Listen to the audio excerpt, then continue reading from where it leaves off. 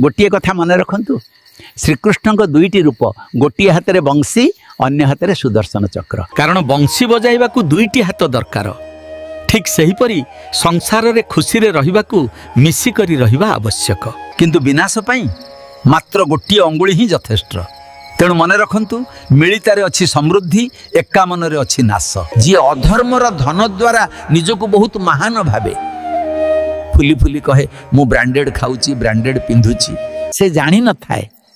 से ब्रांडेड नुहे ब्रांडेड कष्ट एवं ब्रांडेड फल को निज जीवन को आणुची कारण धर्म रे लेखा अच्छी अधर्म रे उठी आडंबर से सबुठारु बड़ पतन को नहीं जाए। समस्त को मोर अनुरोध भगवान का नाम नियो भल कर भल कह भल रह